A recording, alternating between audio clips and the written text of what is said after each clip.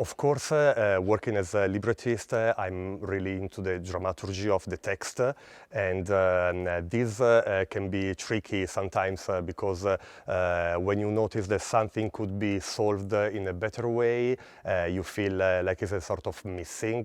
But I do think that the libretto of Andrea Chenier by Luigi Illica is a very strong piece of theater that sometimes Giordano helped too much, and I think the composer should try his best to also decide what to sacrifice in order to have a more cohesive plot. Which is not happening in the Andrea Chenier, but that allows us to have beautiful pages of music that we can fill with action, with thoughts, and with the dramaturgy of the direction. This time for the history of the opera in Italy is kind of neglected because after Verdi we have Puccini, and this is everything, and after Puccini the opera dies. But we have a bunch of composers. We used to call them the composer of only one opera, like Giordano for Andrea Chenier, or Mascagni for Cavaliere Rusticana, Leoncavallo for Pagliacci, Cilea for Adriana Lecouvreur. Of course, they wrote a lot of opera, but they are recognizable and they are known only for one incredibly important title.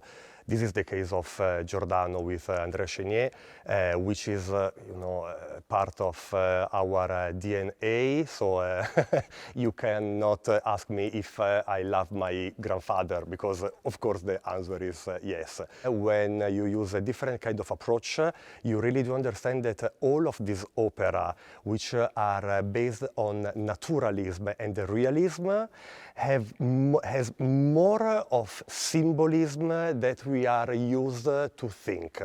So what I'm doing when I have to, do this kind of repertoire is try to find the symbol where there should be only the story.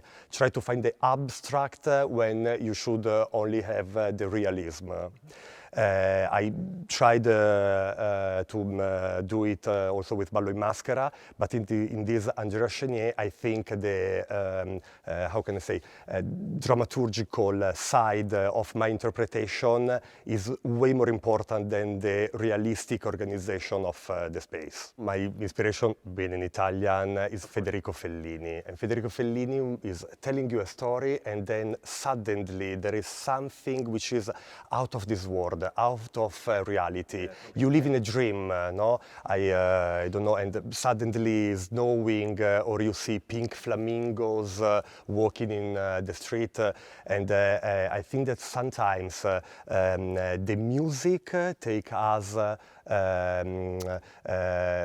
farther than the text itself. So I try to take advantage of the pages of pure music without the singing, because those moments allows me to do what I think is important to deliver the message. I really let the music inspire me and ask to myself if I'm sitting in the audience, what I would like to see in this moment, what I would like to see in this page of music.